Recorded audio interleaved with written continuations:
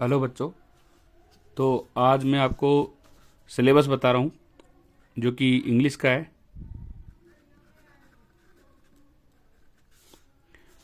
Syllabus है अपना 11th class का, जो कि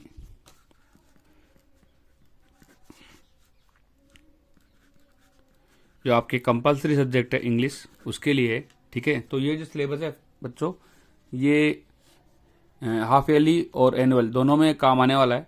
ठीक है, तो हाफ ईयरली एग्जाम में भी आएगा और एनुअल में भी आएगा। तो देखो, इसमें सबसे पहले जो आपके है वो है रीडिंग। ठीक है, रीडिंग में क्या है, जो हमारा अनसीन पैसेज आता है,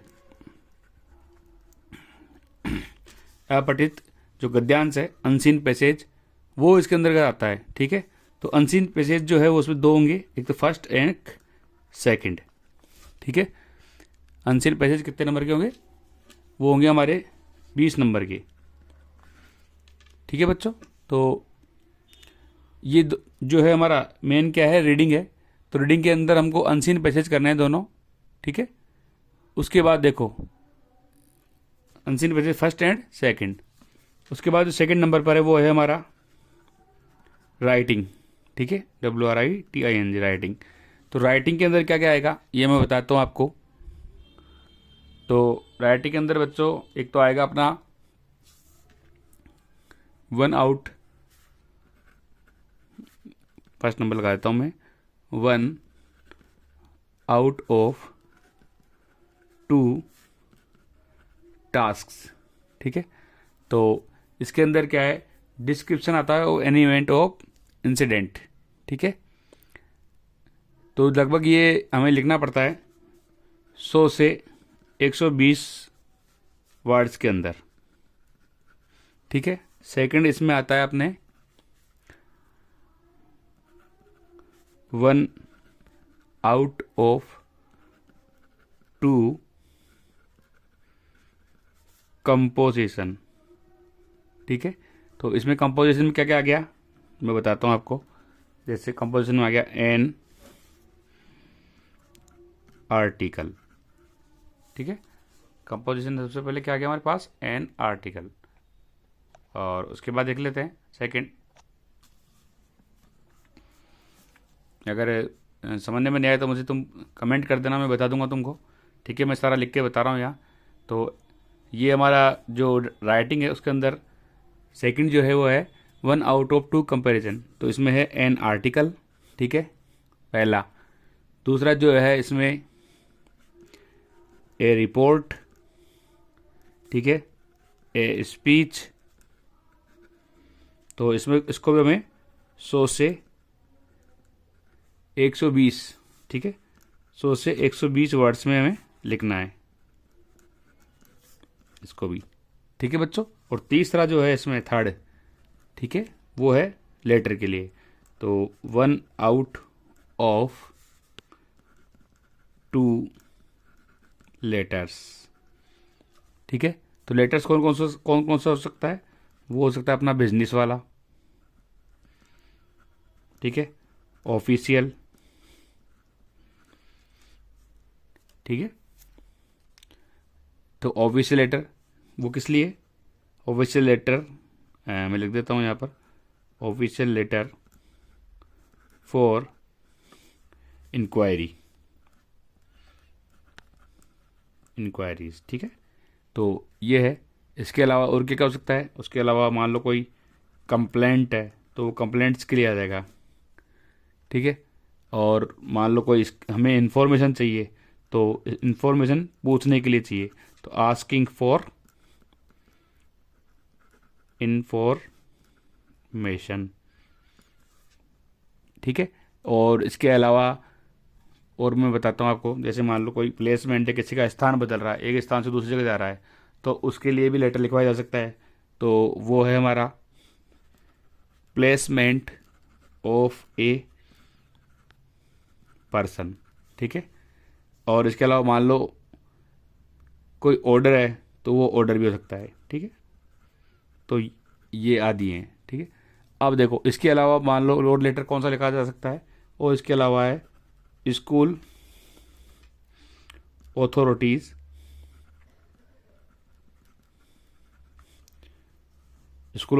रिगार्डिंग एडमिशन। प्रवेश लेने के लिए हम क्या कर सकते हैं, प्रवेश लेने के लिए भी एप्लीकेशन लिख सकते हैं। समझ गए हमारी बात को? तो स्कूल ऑथोरिटीज़ रिगार्डिंग एडमिशन, ठीक है। और मान लो कोई आपको स्कूल में कोई प्रॉब्लम हो रही है तो उसके लिए हम लेटर लिख सकते हैं, तो वो होता है स्कूल इश्यूज़, ठीक है।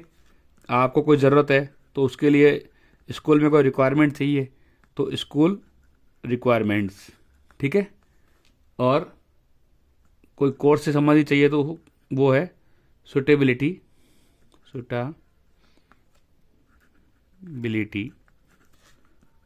ऑफ कोर्स, COURSES, ठीक, कोर्सेज ETC, ठीक है। तो ये सारा सिलेबस हमारा राइटिंग के अंदर आएगा। रीडिंग के अंदर तो मैंने बता दिया तुम्हें अनसीन पैसेज आएंगे। तो अनसीन पैसेज जो है वो हमारे 2 आएंगे, फर्स्ट या सेकंड। अब अनसीन पैसेज अलग अलग होते हैं तो वो आपको चूज़ करना है, मल्टीपल भी है और उसमें जो है हमारे क्वेश्चंस भी आते हैं, चार्ट भी आ सकते हैं। समझ गए मेरी बात को? और कोई चॉइस क्वेश्चन है वो भी आ सकता है, मल्टीपल क्वेश्चन है, ठीक है। उसके बारे में आपको कंपेरेटिव एनालिसिस, वोकेबलरी, ये सब चीज़ें आनी चाहिए। दूसरा जो है राइटिंग है, राइटिंग के अंदर ये 3 पॉइंट मैंने तुम्हें बताए। तो देखो तीनों पॉइंट जो है ये तीनों मिला के टोटल नंबर कितना है ये बच्चों?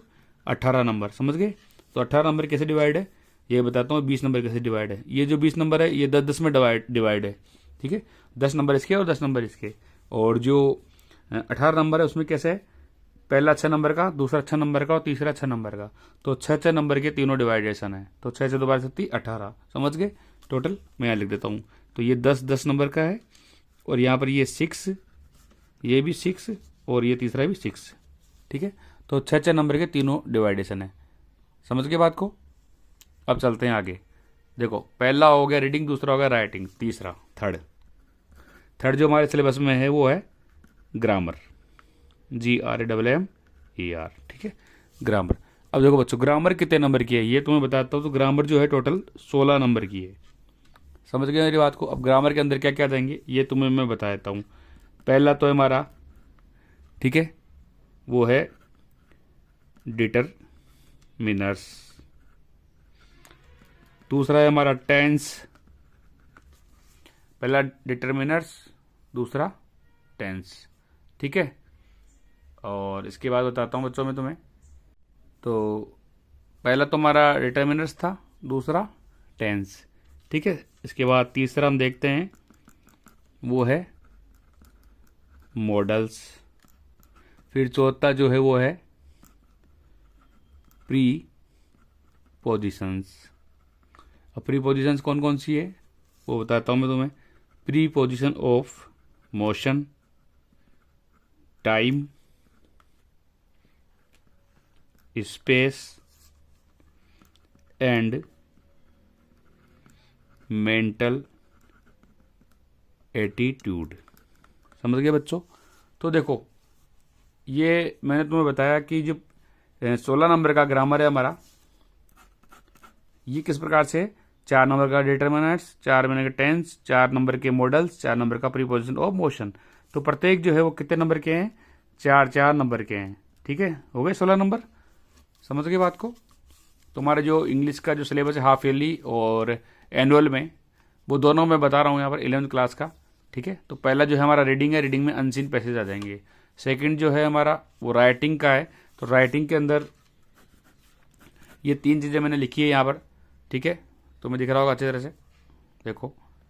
तो उसमें पहला है 1 आउट ऑफ 2, ठीक है। तो वो टास्क है 100 से 120 वर्ड्स हमें लिखने हैं।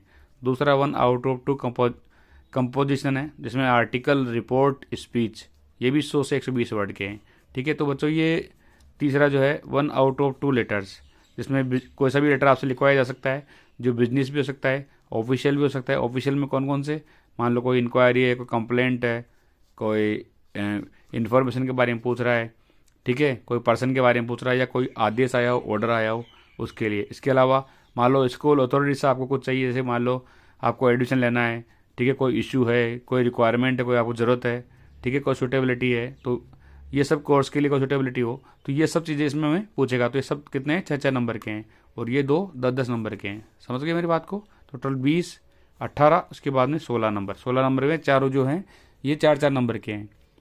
ठीक है, अब चलते हैं हम आगे। देखो थर्ड तो हो गया, इसके बाद है फोर्थ, चौथा। तो फोर्थ है बच्चों टेक्स्ट बुक्स। तो जो आपकी टेक्स्ट बुक्स है इससे कितने नंबर के आएंगे, इससे 46 नंबर के। समझ गए मेरी बात को? टेक्स्ट बुक से कितने नंबर आएंगे, 46 नंबर के। तो देखो टेक्स्ट बुक से जो 46 आएंगे वो किस प्रकार से, ये भी मैं तुम्हें बताता हूँ। ठीक है, तो देखो इसमें जो है, जो पहला है अपना फर्स्ट, वो है हॉर्नबिल, जिसे हम बोलते हैं प्रोज। ये होता है 20 नंबर का। ठीक है, तो इसमें क्या क्या आते हैं मैं तुम्हें बताता हूँ। 1 out of 2 extract from the prescribed, ठीक है, टेक्स्ट फॉर द कंपेरेटिव। तो कंपेरेटिव जितना भी हमें लिखना होता है वो इसमें आ जाते हैं। तो उनमें क्या है, 6 जो है बहुत 6 मतलब वेरी शॉर्ट क्वेश्चन हमें लिखने हैं। ठीक है, समझ गए इसमें बात? और इसके अलावा इसमें क्या आ सकता है, शॉर्ट टाइप के क्वेश्चन आ सकते हैं 3 वाले, या 2 वाले लॉन्ग टाइप के क्वेश्चन आ सकते हैं, बड़े जो क्वेश्चन आते हैं हमारे। ठीक है, इसके बाद सेकंड जो है बच्चों वो बताता हूँ मैं तुम्हें।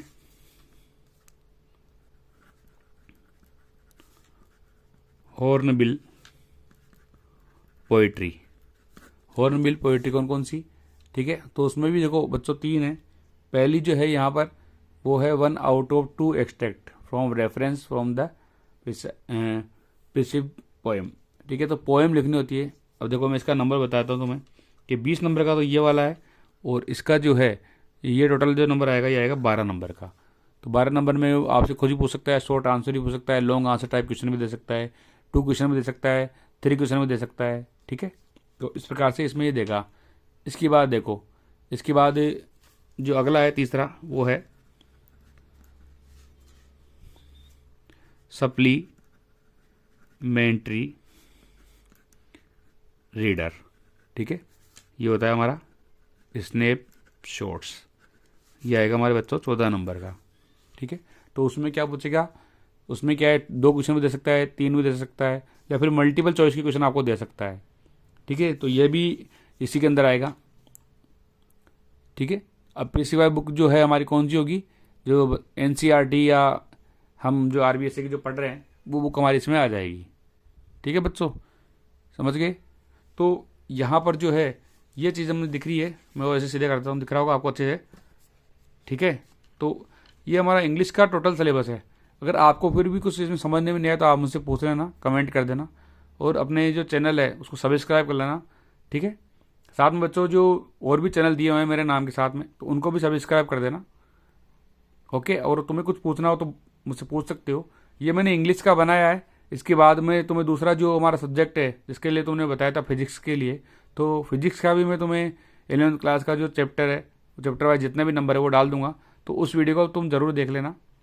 ठीक है बच्चे, ओके बाय।